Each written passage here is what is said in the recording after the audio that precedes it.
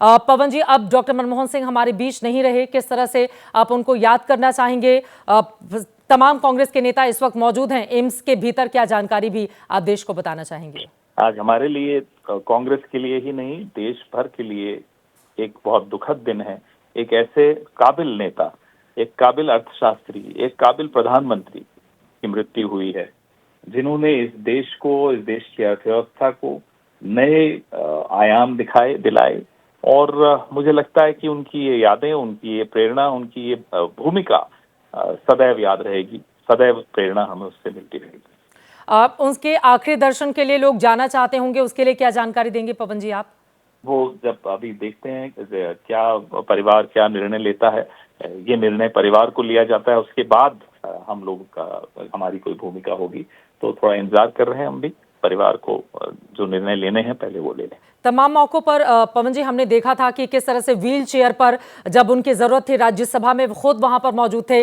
जिस जुझारू प्रवृत्ति के वो थे, उनसे जुड़ी हुई आपकी अपनी कोई व्यक्तिगत यादें जो आप देश के सामने इस वक्त साझा करना चाहेंगे? अभी हाल ही में लोकसभा चुनाव के दौरान उन्होंने एक अपील निकाली वोटर्स के लिए, और उस अपील को हमने मिलकर बनाया था। तो उसमें उन्होंने एक लाइन जरूर डलवाई कि जो मेरे को मिसकोट किया जा रहा है, फर्स्ट राइट ओवर रिसोर्सेज, संसाधनों पर पहले हक वाली जो बात थी, वो उन्होंने उसको दुरुस्त किया कि नहीं, मैंने ये नहीं और ये कहा था। मुझे लगता है वो व्यथित थे कि इस तरह की गलत बयानी उनके विषय में जो की जा रही थी, उन्हें अच्छी नहीं लग रही थी, और he took that opportunity to put the record straight.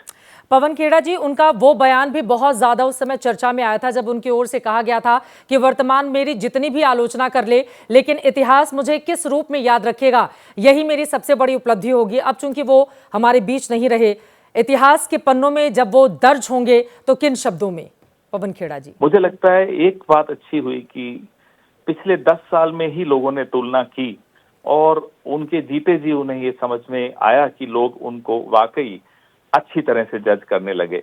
ये एक मुझे लगता है भगवान की मेहरबानी हम सब पर भी रही कि लोगों को दिख रहा था कि देखिए, एक शांत प्रवृत्ति से वो क्या कुछ हासिल कर गए। चुप रहकर जो मनमोहन सिंह जी ने हासिल कर दिया, ऊंची ऊंची आवाज में बोलने वाले नहीं कर पाए।